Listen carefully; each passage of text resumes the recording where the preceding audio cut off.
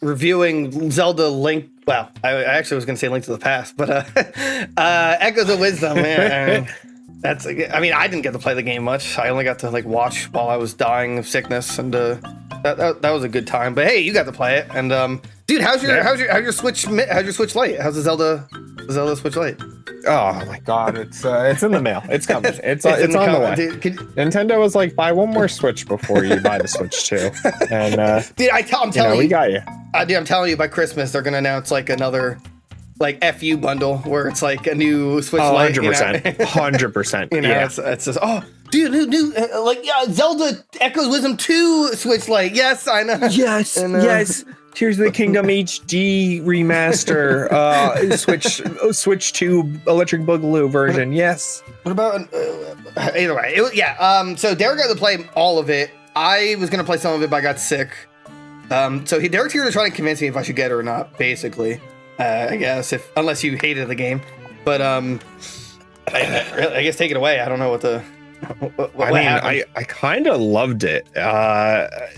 It really. So it's one of those Zelda games where there's just like a gimmick, right? So Link gets captured by like the Shadow Realm, literally. And then like Zelda is in charge of like saving him in the kingdom. She gets this rod called the Tri Rod that lets you copy like echoes of items and villains in the game and like in the world and stuff like that. And you're going around with your companion Tri, whose like job it is to close these rifts that are opening up again all throughout the world. So the whole gimmick of the game is like you're copying items and other Zelda enemies to do battles for you because for whatever reason Zelda can't fight, which isn't true. We know that. We've seen Smash Brothers. We know she can like at least twirl and attack him something. Right. So you're going through the game, right? You're collecting items, you're collecting these enemies, and like as you're doing fights, you send out certain enemies to like do the fights. It's all set with like a power gauge that's through upgrading your companion, which you get like towards the end. You have like a bunch of slots, and it like reduces the cost of some of the guys. So you're like just summoning different enemies throughout. Like the water temple, you want to use like the water type enemies more. The desert, you want to use like there's like sand type like guys you're gonna use that help more. So that's basically the whole like gameplay of the game, right? You have a jump button. It's a very Link's Awakening. Wait, where's Tingle? The Tingle real hero time was replaced.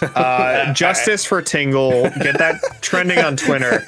There's a new guy called the Stamp Guy. I hate him. I think he's like the scum of the earth to be. How dare you stand where he stood, you know?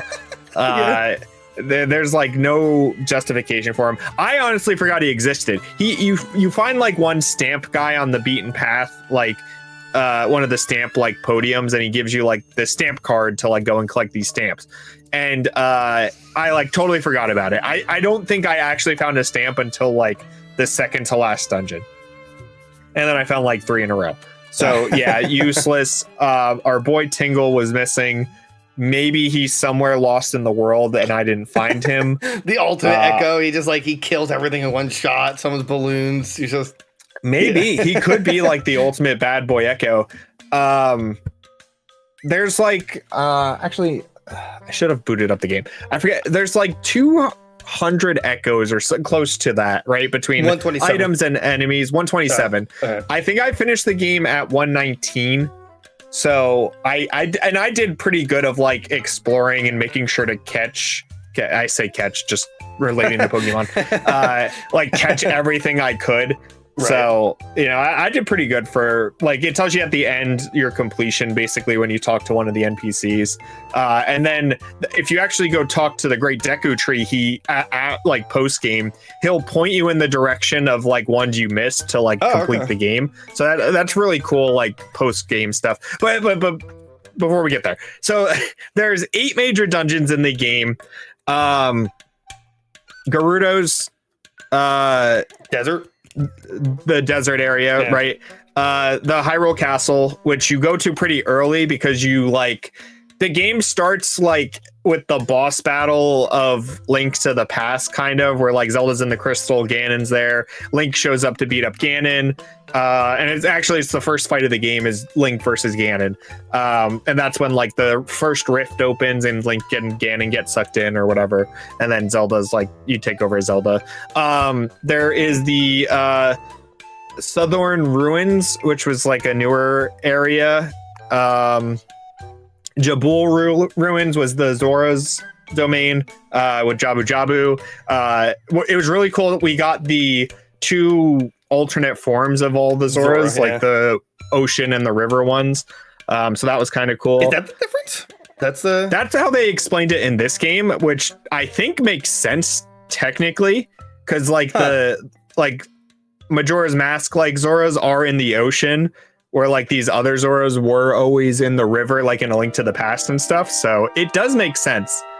So, okay. The Elden Temple, which what was the Elden Temple? I forget who was there, what like race was there. I think it was just like the townsfolk, like the normal human NPCs. The Lanari were the Deku shrubs, if I remember correctly, because they had like their town set up in it. And then Elden Volcano was the Gorons, and then Holy Mountain was a Holy. It was a, what are they called? Not Sasquatch. Is it a Sasquatch? Like a snow yeti. It was a snow yeti thing. Oh, like from Twilight Princess. 100%. That's where my brain went. I was like, oh my god, this is like a descendant of the one from Twilight Princess. I looked it up afterwards. Canonically, there's nothing said that they're related, but 100% I'm calling it they're related. When the Historia Guide 2 comes out and they actually fix the canon lore, you'll see. Every dungeon had like a pre-dungeon like quest line to go through. So there was like a bunch of overworld stuff. You would like close a rift and then go to the dungeon, which was in like the shadow dimension, and then close the big rift for the area. Sometimes it kind of felt like unnecessary questing just to kind of extend the length of the game, but a lot of them had a lot of like good character like development, like with the Gerudos or like the Dekus or whatever.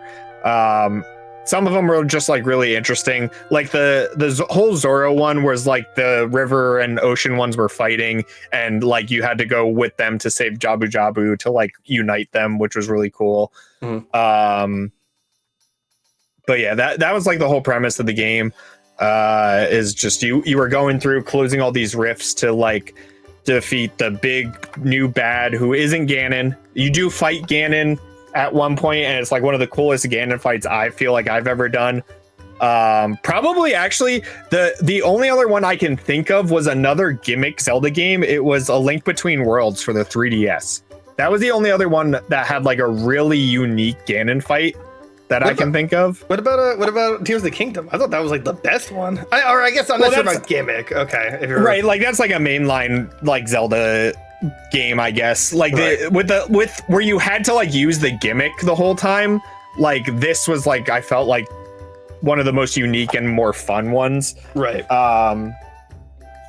Like even looking at like Minish Cap and stuff, right? Like you kind of like fight Vadi and it's a normal like Link saves the day kind of. The gimmick there was like you got 4 hologram versions to like poke his eyes out. Remember that? Wasn't that right? Yeah. You got the like splits. It wasn't the like 4 swords. It was like the other 4 swords that they just didn't call the 4 swords. Right. But for like a gimmick 2D Zelda game, it was incredible. Like I had fun the entire time. I think really? One day I sat and played it for like 14 hours. I think. Yeah, it was a Saturday. And, yeah. Also, I just want to clarify. I thought you hated that water temple, though. The water temple in every Zelda game sucks. I have yet to like any water temple in the Zelda game, and it's crazy because my favorite Zelda game is Wind Waker, and it's all water, baby. Like you can do it right, Nintendo. Just don't do what you continue to do. I'd like to stand up for Minish Caps. I thought its water temple wasn't like Minish Caps wasn't bad. And that's because Capcom did it, and they did a good job. Right. Capcom can make a good water temple. Have them come in to make all your water temples. My least favorite's still Majora's Mask. I can't. Majora's Mask. I hate that temple. It's like the N64 water temples, like Ocarina of Time and Majora's Mask, are like. I think the N64 one, you can like kind of soft lock yourself at one point. Yeah, apparently you can. Yeah, you can soft lock yourself. And that's insane. Like that they oversight that. Like I get it back then, like whatever. Right. But yeah, like this was probably one of my favorite Zelda games. The auto battler. Yeah, it was like every battle was just like a Pokemon battler kind of. You like tossed out a bunch of guys and you like let them fight it out. You do get abilities. So like another big gimmick is that you get Link's sword. It's not the Master Sword 2. They clarify that. It's just some like sword he had. But you get Link's sword, which lets you turn into like a shadow clone of Link. So basically then you can like play sections as Link. It wasn't the Master Sword though. It's not the Master Sword. I forget what they called it, but it's some other sword. I think it would have been interesting if it was like, hey, this is a Master Sword, but you're technically not worthy, no offense, and therefore you can't use it to its full power. I think that would have made more sense. Like, right, that would have made more sense, 100%, or at least made it a little more interesting. Like, hey, here's Link's little dinky sword, like, but he's fighting Ganon. Like, yeah, like what? Right. Okay. I don't know. That part, at least from what I remember, because I watched like the very beginning, and then I was very sick, and then yeah. So that you get that, and then it lets you turn into Link for like a time period. You have like an energy bar, a Link energy bar. At every dungeon, you kind of do battle Link every time, or almost every time, and each time you get an upgrade for the Link clone, which like one was like you got more energy for the bar, one was you got the bow, one was you got bombs and whatever. You can then upgrade it with these might crystals you would find around. I think it was just called the might sword, actually, thinking about that. I think it was called the might sword for some reason, but anyway, you would find these might crystals and go to like this engineer guy, and he would upgrade your sword for like damage, your bow for damage, your bombs for damage, and then your energy bar. Which like the might crystals were kind of hidden. I didn't fully upgrade anything by the end of the game, but like the energy bar was the most important one, honestly. And the sword for just damage, but I mean, otherwise, like that was fine. Like you just literally got to play as Link, like for some parts of the game, which was nice. And honestly, 9 times out of 10, I forgot I could do it. Like I wouldn't even use Link. I was so like invested in like just summoning my guys and like letting them fight and whatever. So this, what was I gonna say? With the like, if that's the case, then were the boss fights? So that none of them required like Link form. Then it could have all been done without it, or yes. Okay. They gave you the Link energy during the fights, I think, to just make it easier.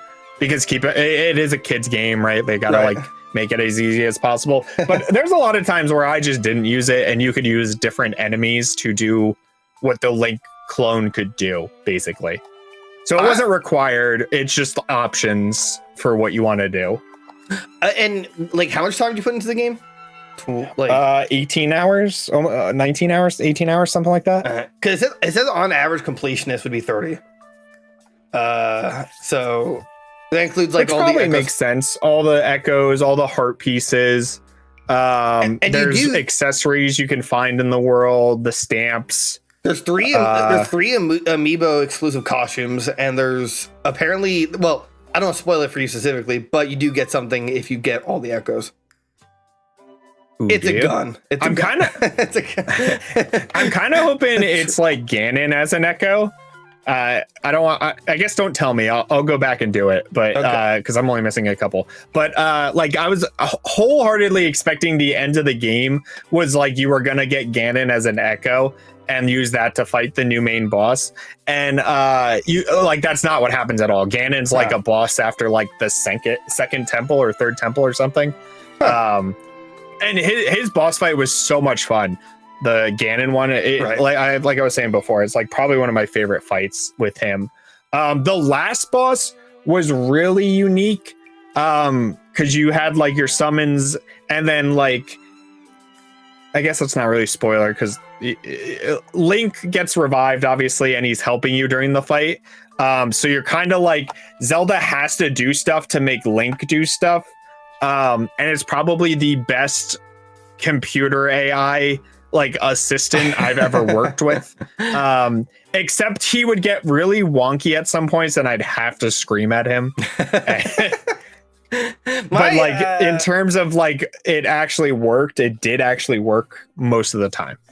I was guessing at the start that you get an echo of Link for the final battle, but I guess I was wrong. It's just normal Link. Yeah, he just like you just save him right before like the end of it. So you don't have Link, like, and you're not playing as him for the last fight. You play as Zelda still, right. So and it was very reminiscent of Wind Waker, like where you're hitting the mirror shield to reflect it to like Zelda, right? That just like the opposite, but like you're not using a mirror shield or anything like that. And we have no idea where this fits in like a game or timeline. It's just so far MIA. Just I honestly, I want to say at the end of Link to the Past, like that end, it's like, but it's like an alternate timeline branch for it. But the map is different from Link to the Past, I think. I don't think it's like a shot for shot, but it says, well, there's nothing super concrete. With everything considered, there's a very high possibility that the Legend of the Echo Wisdom takes place after Link's Awakening and Oracle's adventure and the Oracle's adventures, but before A Link Between Worlds.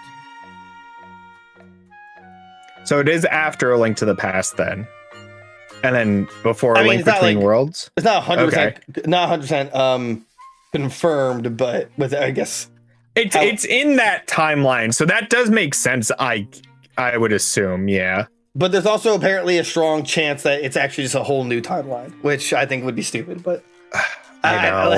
I thought Breath of the Wild and Tears of the Kingdom was supposed to like funnel everything into a new timeline. That's what I and then they were like, we don't know what's going on with the timeline. What's a timeline? You created it. What do you mean? You don't need one. It's like, what? You guys started it. Like, no, we didn't. You made it. I don't know what you're talking about. Hyrule Comodium? No, it wasn't. So like, what's the replay value? Would I ever play it again? Yeah. I think there's hero mode. Yeah, there's hero mode you could have played from the start with, but you could have at least done, so you could do like 2 playthroughs, but honestly, like... let's just say you do the second playthrough, but you can't use a bed. The bed is the best summon in the game. Yeah, hands down. I think there's a lot of potential for like speed runs, obviously, in this game. Yeah. I think there could be some really cool like challenge modes you could make, like, oh, don't use the bed, or don't use like level 2 versions of the enemies or something, right? Or like never use the lake clone unless you're like forced to or whatever. Right. I think there's a lot of potential for communal playthroughs of it. Like me personally, I think it's one I would go back to down the road just to like replay, be like, oh, that was a good one. Like, I do with like pretty much all Zelda games. Yeah, right. Like, I mean, I'd say a lot of Zelda games, you just get, it's like, you never immediately play it again. It's just more of an itch. It's like, I could go back and kind of enjoy that experience again. Right. Like for me, this is one I definitely think I could go back to and like regularly and be like, oh yeah, this one's great. It is like way longer than any of the other ones, I feel like. Okay. Like these like spin-off Zelda games, right? Or like gimmick Zelda games, not spin-off. But it like, even though it's longer, like it's just like fun to play too. So I want to see people create a randomizer for it. Not that enemies, would be sweet. Enemies and echoes. Like, or actually no, it'd be echoes. So like, even if you kill an enemy, the echo would be random. I think that'd be really cool for speedrunning, or just I think there's a lot of potential for like the community to go crazy with this game and do a lot of cool stuff. Although the emulator did just die like today as of the recording, but yeah. So like, what did purchase price? $60, right? $60, which I mean, you get your Nintendo tax there, but honestly, I don't feel it with this game really. I will say I was going into it thinking like, oh, there's no way this is a $60 game, right? It's gonna be 8 hours. Like you go through your 6 dungeons and kill Ganon and whatever, blah blah blah. And like it definitely blew my expectations out of the water. I like finished it and had that like emptiness feeling of like, oh, I beat the game. Like I'm really sad I beat the game. No. I do want to like go back and complete it. So did it actually make you want to get the Switch Lite more at all? No. Oh, okay. No, I'm being good with it. I did. Well, I'm not saying you're going to. I'm just saying like once. Like, did it make you? Yeah. Kind of. Yeah. I will say, yeah. It is really good edition. Yeah. I mean, what else? The music was really good, as like most Zelda games. They had a really good remix of Zelda's Lullaby during the final boss fight. Oh, okay. That was like a banger. There was a lot of really so there's a lot of like really cool callbacks, obviously, with like all the races and stuff in the game. Dampé shows up, Impa shows up, like all these iconic characters. The king is like a staple, I guess, in the series. There's only 2 bosses that return from old games. Yeah, I was literally just about to ask that. Besides Granola. It's, right. What's the other one? It's Volvagia. Oh, really? Is the other one. So you go and you do the like the 3 goddesses to collect the 3 orbs, right? Which like another Zelda staple. So like one is with Goma, one's for Volvagia, and then the third is with the Yeti's like older brother or something, which I was expecting like another returning guy, but all the other bosses though, very unique, very like they play into the gimmick a lot with using like the echoes and stuff. But if you have like the Link form like fully charged and available, obviously it's like normal fights then, which is really cool that it like tackles both at the same time. Right. And the new final boss, his name's Null, is really, really cool. He has like a 4 or 5 phase like final boss. That was really fun. And yeah, I mean, I'm trying to think, is there anything else to say about it?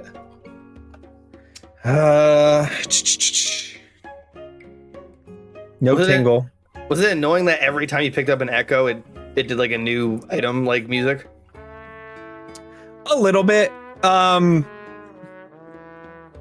I kind of got used to it, I guess. It was a nice like pause screen during like some of the chaos and a lot of them. Right. Claiming them was like a button, like you had to pick them up. So if you like missed it or it fell off the edge, you would like lose it. Right. Which was kind of annoying. Or like the fact that they would like, if you killed something in the air, it would like float down and you'd have to wait for it to hit the ground to grab it or whatever. Do you think it was better than Link? Was it not Link to the Past? Link's Awakening, the remake?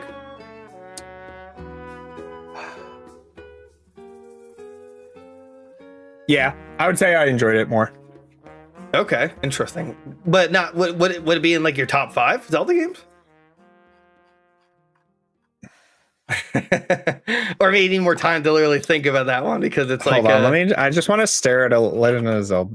But I guess we'd also have to consider like, are we dividing 3D and 2D? You know, like what's the right? You know, it's hard to. I mean, like I love Minish Cap, but it's hard to say. You know, compare that to like Twilight Princess, where it's like this grand adventure. Right.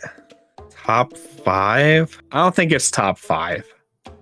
I think it's like 7 or 8. I'd say 6, 7, or 8. I think it's up there. It's top 10, definitely. Okay. Looking at this list, I think it does beat a lot of these games. Well, I know you're an Ocarina of Time hater. I know that, but yeah. But did it beat Majora's Mask? No. Okay. It didn't beat Majora's Mask. It didn't either. It also didn't beat Ocarina of Time, I would say. Oh, okay. I like Ocarina of Time a lot, right? It's just I think the if you honestly play that game today, and haven't like, if you're not a speedrunner, and I've said this before, if you're not a speedrunner or just like someone who plays like randomizers or ROM hacks or whatever, and like try to get used to those controls again. Same with like Mario 64 and like GoldenEye and like all of those games, right? Those controls do not hold up. There's very few games on that system that I could sit down and play comfortably, like right now after not playing it for like 10 years or whatever. Right. Yeah, I mean, it's like Wind Waker, like Majora's Mask, Minish Cap, Twilight Princess, Ocarina, Skyward Sword, and then probably this game, honestly. Really? Wait, did you say Tears of the Kingdom? No, I'm actually, not I want to say Link to the Past. This might be number 10. I'm looking at this list. Maybe we'll say and kind of do like a tier list of Zelda games. I think it's like Wind Waker, Majora's Mask, Minish Cap, Twilight Princess, Ocarina of Time, Skyward Sword, Link to the Past, Link Between Worlds, Tears of the Kingdom, and I would probably then say this game. So this is number 10, I would say. Yeah, looking at this list, that I think that's a pretty solid. I could say, that's a pretty solid. Like, that's my list. We'll have to do that video then, because I've got I think a vastly different list than you do. Right. Wait, but Derek, how's the pre-order bonus? It was awesome. Oh my god, I can show you. Well, let's see the pre-order bonus. Well, oh my god, a fabric poster. How cool is that? Are you gonna wipe your butt with it, or are you gonna use it as like absolutely? Yeah, it's just it's a sweat rag now. It's a butt napkin. Yeah. So then I guess the end of this. What's your rating?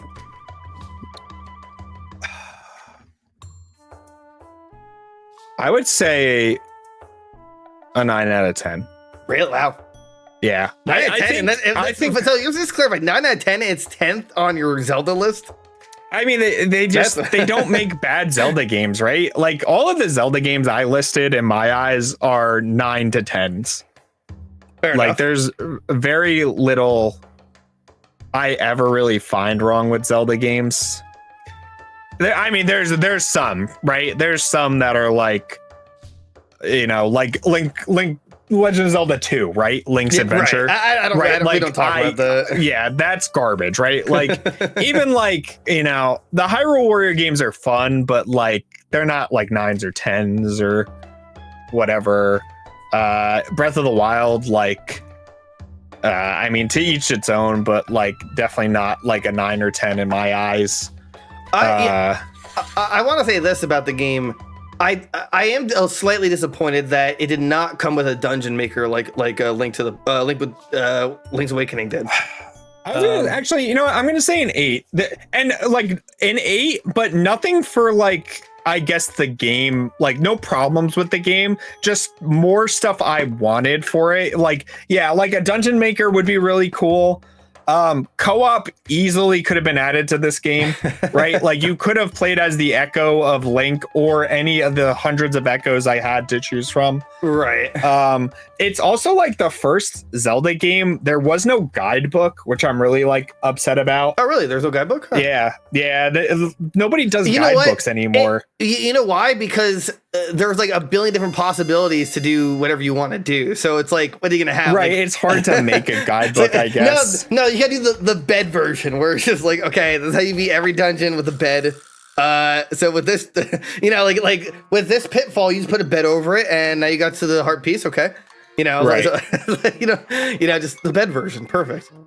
I don't think there's like really any post game, right? Like it's just cleanup. It looks like it's right. Just, yeah. There's no like post game or anything to do like afterwards, other than like collecting the rest of your guys, getting all the stamps or whatever. It's all collectibles. You can't New Game Plus into Hero Mode, can you? I don't think so. I assume not. No Zelda game has a New Game Plus, if I recall correctly. They did bring back the dojo guy from Wind Waker, which was awesome. And his stuff had like challenges that were pretty cool. If you talk to Dampe, he can make like automatons for you that you can use as echoes. Oh, that's cool. Which I thought was cool. I